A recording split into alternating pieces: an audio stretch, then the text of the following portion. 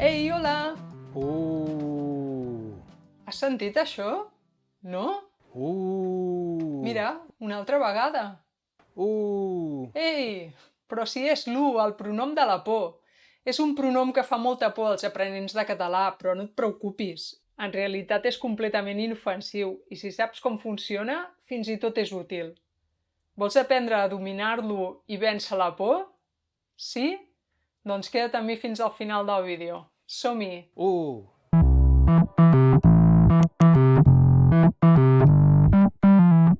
Mira, el primer que has de saber sobre aquest pronom, sobre l'u, és que es pronuncia així, amb una u a la major part dels parlars orientals.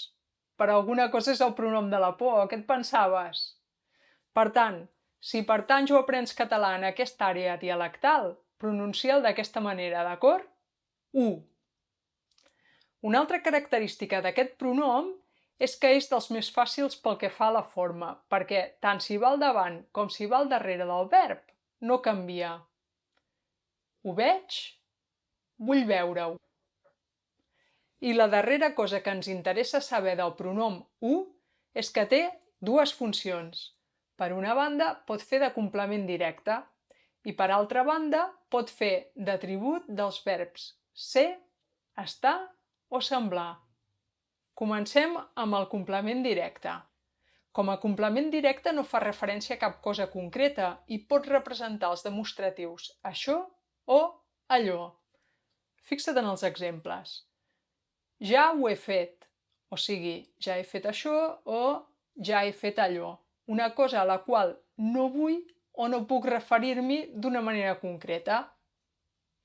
Dóna-m'ho, dóna'm això o dóna'm allò. Ho sé tot, sé tot això o sé tot allò. Per cert, t'has adonat que en aquesta darrera opció el pronom u representa el tot, però el tot no desapareix de l'oració? Ho sé tot. I és que sempre que l'objecte directe sigui tot, el mantindrem a l'oració. I a més, farem servir el pronom u. Ho sé tot, m'ho he menjat tot, ho he vist tot, vaig fer-ho tot, etc.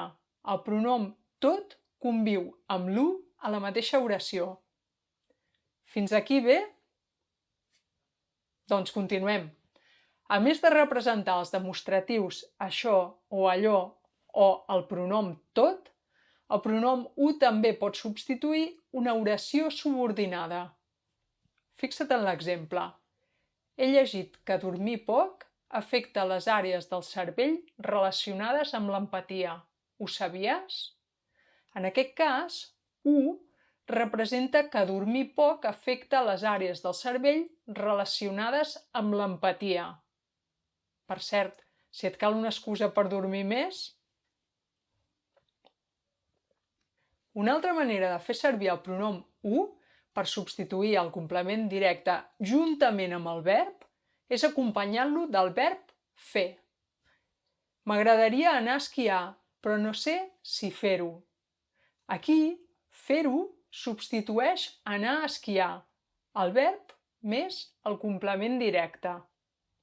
Bé, fins ara hem vist casos en què el pronom u fa la funció de complement directe, però al començament del vídeo t'he dit que també podia substituir l'atribut. Te'n recordes? Per tant, usarem també aquest pronom junt amb els verbs ser, estar o semblar per substituir aquest complement. Em pensava que la Maria estava malalta, però no ho està. El pronom u substitueix l'atribut malalta. No està malalta. Un altre exemple. Les coses importants són les que no ho semblen. U igual a importants. No semblen importants. I l'últim. M'han dit que la Maria és la més divertida del grup. Ho és? U igual la més divertida del grup. Fixa't que fins i tot en el cas en què l'atribut vagi introduït per un article determinat, com aquí, és correcte usar el pronom u. I ja està. Fem un resum de tot el que hem dit abans d'acabar el vídeo, d'acord? Per una banda, fem servir el pronom u per substituir el complement directe representat per això, allò, el pronom tot, una oració subordinada i també amb el verb fer quan ens referim al verb més el complement directe. I, per altra banda, usem el pronom u per substituir l'atribut dels verbs ser, estar i semblar. Ara sí, si t'ha agradat el vídeo i en vols més, fes-me un m'agrada i si ho vols, deixa'm un comentari. Vinga, que aquí ja no fas por a ningú. Adeu!